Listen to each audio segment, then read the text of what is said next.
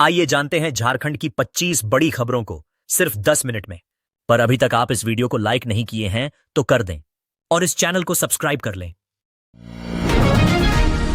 ED समन अवहेलना case, Hemant Soren को 12 दिसंबर को अगली सुनवाई में रहना होगा पेश। झारखंड के मुख्यमंत्री हेमंत सोरेन के खिलाफ ईडी समन की अवहेलना मामले में रांची की विशेष एमपी एमएलए अदालत ने अगली सुनवाई की तारीख 12 दिसंबर तय की है। ईडी ने फरवरी 2023 में सीजेएम कोर्ट में शिकायत दर्ज कर आरोप लगाया था कि अगस्त 2023 से जनवरी 2024 के बीच हेमंत सोरेन को 10 समन भेजे गए, जिनका पालन नहीं हुआ। इसी शिकायत पर 4 मार्च 2024 को आईपीसी धारा 174 के तहत संज्ञान लिया गया और मामला एमपी एमएलए कोर्ट भेजा गया। कोर्ट ने सीएम को व्यक्तिगत पेशी का आदेश दिया था, जिसकी छूट संबंधी याचिका पहले 2 बार खारिज हो चुकी है। हाईकोर्ट ने 4 दिसंबर 2024 को उन्हें अंतरिम राहत देते हुए पेशी से छूट दी थी, लेकिन 25 नवंबर 2025 को यह राहत वापस लेते हुए निचली अदालत को नियमित सुनवाई जारी रखने को कहा। इसी के बाद शनिवार को हुई सुनवाई में अगली तारीख 12 दिसंबर निर्धारित की गई। सीएम की ओर से दावा किया गया है कि उन्होंने ईडी के सभी समन का लिखित जवाब दिया था। India versus south Africa Ranchi. ODI से पहले बोले केएल राहुल, माही भाई आए तो हमारे लिए खास पल होगा। भारत और दक्षिण अफ्रीका के बीच 30 नवंबर को रांची के जेएससीए स्टेडियम में पहला वनडे खेला जाएगा। मैच से पहले भारतीय कप्तान केएल राहुल ने प्रेस कॉन्फ्रेंस में रणनीति, टीम कॉम्बिनेशन और माहौल को लेकर अपने विचार साझा किए। राहुल ने कहा कि धोनी के शहर में खेलना हमेशा खास होता है और अगर माही भाई स्टेडियम में आते हैं तो वह टीम के लिए यादगार पल होगा। उन्होंने बताया कि टीम पिच और स्थिति के अनुसार प्लानिंग कर चुकी है। शुरू में बल्लेबाजी चुनौतीपूर्ण रह सकती है, लेकिन मिडिल ओवर्स में रन बनाने के मौके मिलेंगे। विकेट कीपिंग को लेकर राहुल ने कहा कि ऋषभ पंत की भूमिका मैच के दिन तय होगी। वहीं स्पिनरों के खिलाफ टीम की कमजोरी पर उन्होंने कहा कि खिलाड़ी हर सत्र में खास तैयारी कर रहे हैं और लगातार सुधार हो रहा है। उन्होंने कहा कि साउथ अफ्रीका के मजबूत बल्लेबाजी क्रम पर शुरू से दबाव बनाना टीम की प्राथमिकता होगी। रांची में मिलने वाला दर्शकों का समर्थन खिलाड़ियों में ऊर्जा भर देता है।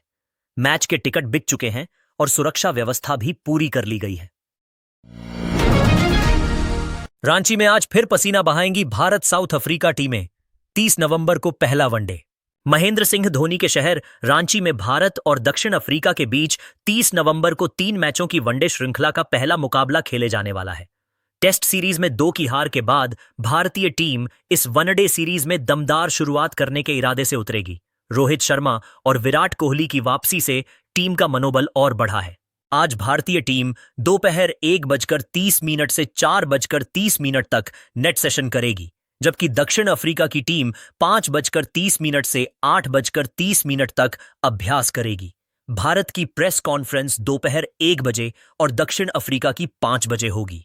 दूसरा वनडे 3 दिसंबर को रायपुर और आखिरी वनडे 6 दिसंबर को विशाखापट्टनम में खेला जाएगा।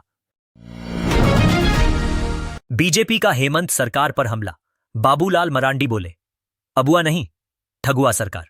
झारखंड बीजेपी ने मुख्यमंत्री हेमंत सोरेन सरकार के 6 साल पूरे होने पर 22 पन्नों का आरोप पत्र जारी करते हुए राज्य सरकार पर जनता को धोखा देने का आरोप लगाया। पार्टी अध्यक्ष व नेता प्रतिपक्ष बाबूलाल मरांडी ने कहा कि चुनाव में दी गई 7 गारंटियों में से एक भी पूरी नहीं हुई और जनता को 7 धोखे मिले। बीजेपी ने स्थानीय नीति, सरना धर्म कोड, क्षेत्रीय भाषा संस्कृति संरक्षण, मनीया सम्मान योजना, सस्ती गैस योजना और आरक्षण से जुड़े वादों को पूरा न करने का आरोप लगाया। मरांडी ने कहा कि महिलाओं को मैया सम्मान योजना में जानबूझकर वंचित किया गया और गरीबों को वादा किया गया 450 रुपए वाला सिलेंडर भी नहीं मिला। शिक्षा और रोजगार को लेकर भी बीजेपी ने सवाल उठाए। मरांडी ने कहा कि सरकार न तो डिग्री कॉलेज खोल सकी, न इंजीनियरिंग मेडिकल कॉलेज स्थापित कर सकी और न ही किसानों को वादा किया गया समर्थन मूल्य दे पाई। आरोप पत्र में शराब घोटाला, जेएसएससी घोटाला, डीएमएफटी फंड घोटाला, टेंडर घोटालों से लेकर स्वास्थ्य विभाग तक कई अनियमितताओं का जिक्र किया गया है। मरांडी ने दावा किया कि इस सरकार में आदिवासी समुदाय सबसे ज्यादा प्रभावित हुआ है और आदिवासी महिलाओं के खिलाफ अपराध बढ़े हैं। जेएमएम का हमला, एलबी सिंह से बाबूलाल मरांडी के रिश्तों पर ईडी से पारदर्शी जांच की मांग। झारखंड मुक्ति मोर्चा ने बीजेपी नेता प्रतिपक्ष बाबूलाल मरांडी और कोयला कारोबारी एलबी सिंह के बीच संबंधों का हवाला देते हुए ईडी से निष्पक्ष जांच की मांग की है। पार्टी के महासचिव सुप्रियो भट्टाचार्य ने आरोप लगाया कि धनबाद में 20 से 22 नवंबर तक ईडी की कार्रवाई के बावजूद एलबी सिंह की गिरफ्तारी नहीं हुई, क्योंकि बरामद डायरी में हर माह बीएलएम नाम से बड़ी रकम दर्ज थी। सुप्रियो ने कहा कि हेमंत सोरेन के घर पर ईडी ने तत्काल कार्रवाई की, लेकिन एलबी सिंह के मामले में देरी, कुत्तों से हमला, बंद दरवाजा और इलेक्ट्रॉनिक दस्तावेज डिलीट होने जैसी बातें सवाल खड़े करती हैं। उन्होंने आरोप लगाया कि बाबूलाल मरांडी के संबंध होने के कारण कार्रवाई रुकी रही। उन्होंने फेस टाइम कॉल से जुड़े मरांडी के आरोपों पर भी सबूत मांगते हुए कहा कि ईडी को स्पष्ट करना चाहिए कि यह मामला दब क्यों गया। सुप्रियो ने भाजपा पर माफियाओं को संरक्षण देने का आरोप लगाते हुए कहा कि सरकार जनता के आशीर्वाद से काम कर रही है, जबकि बीजेपी के पास सिर्फ आरोप पत्र है। आईएडी वर्सेस ऐसे रांची में बढ़ा क्रिकेट का क्रेज। विराट रोहित ने नेट पर किया दमदार अभ्यास। 30 नवंबर को जेएससीए स्टेडियम में होने वाले भारत दक्षिण अफ्रीका वनडे से पहले रांची का माहौल पूरी तरह क्रिकेटमय हो गया है। तैयारी, भीड़ और खिलाड़ियों का आगमन, शहर में एक बड़े क्रिकेट उत्सव जैसा माहौल बना रहा है। टीम इंडिया और साउथ अफ्रीका के सभी खिलाड़ी गुरुवार तक रांची पहुंच जाएंगे, जबकि विराट कोहली, रोहित शर्मा, तिलक वर्मा, अर्शदीप सिंह और हर्षित राणा पहले ही पहुंचकर अभ्यास शुरू कर चुके हैं। बुधवार को जब विराट और रोहित स्टेडियम पहुंचे तो नॉर्थ गेट पर भारी भीड़ उमड़ पड़ी। कई फैंस को टिकट नहीं मिला, लेकिन अपने पसंदीदा क्रिकेटरों को देखकर वे खुश हो गए। स्टेडियम के आसपास जर्सी, पोस्टर और टीम इंडिया के झंडों की बिक्री बढ़ गई है। पूरे शहर में मैच की ही चर्चा है। अभ्यास सत्र में विराट और रोहित ने बैटिंग पर, जबकि तिलक वर्मा ने गेंदबाजी अभ्यास पर ज्यादा समय बिताया। अर्शदीप और हर्षित ने भी गेंदबाजी में अपनी रफ्तार और लाइन लेंथ पर मेहनत की। मैच के सभी टिकट बिक चुके हैं और स्टेडियम हाउसफुल रहने की उम्मीद है। रांची में 30 नवंबर को क्रिकेट का रोमांच अपने चरम पर होगा। रांची ओडीआई के सभी टिकट बिके, जेएससीए ने काउंटर किया बंद। रांची के जेएससीए इंटरनेशनल स्टेडियम में 30 नवंबर को होने वाले भारत दक्षिण अफ्रीका वनडे मैच के लिए सभी टिकट बिक चुके हैं। लगातार 2 दिनों से काउंटर पर भारी भीड़ उमड़ने के बाद जेएससीए ने घोषणा की कि अब टिकट बिक्री पूरी तरह बंद कर दी गई है। दर्शकों की अपार मांग के चलते टिकट कुछ ही समय में खत्म हो गए। सुबह से स्टेडियम के बाहर लंबी कतारें लगी थीं। खिलाड़ियों के रांची पहुंचते ही माहौल और रोमांचक हो गया।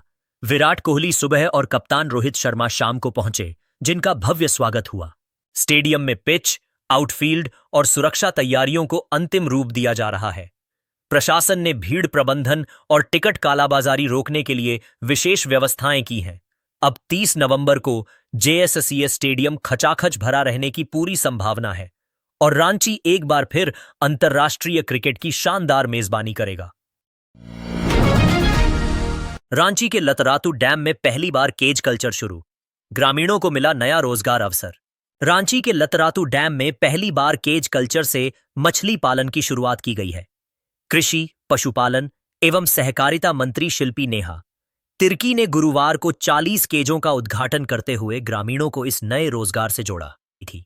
धरती आबा जनजातीय ग्राम उत्कर्ष योजना के तहत शुरू की गई यह पहल रोजगार बढ़ाने की दिशा में मील का पत्थर मानी जा रही है। मंत्री ने बताया कि लतरातू में यह शुरुआत भविष्य में बड़े पैमाने पर मछली पालकों को लाभ दिलाएगी।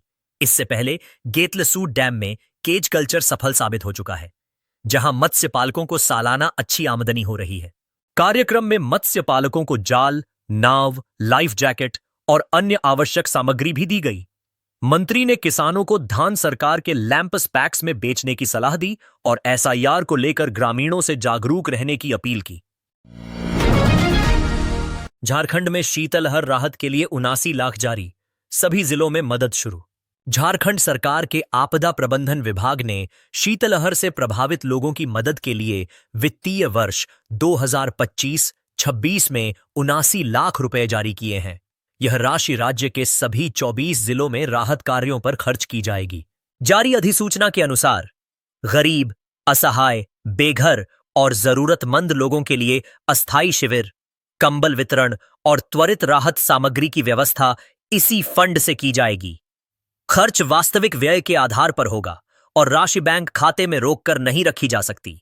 उपयोग न होने पर विभाग को तुरंत सूचना देनी होगी। स्वास्थ्य, खाद्य आपूर्ति और आपदा प्रबंधन मंत्री डॉक्टर इरफान अंसारी ने कहा कि शीतलहर के बढ़ते प्रभाव को देखते हुए विभाग ने जिलावार राशि उपलब्ध कराई है ताकि जनसाधारण को ठंड से राहत मिल सके।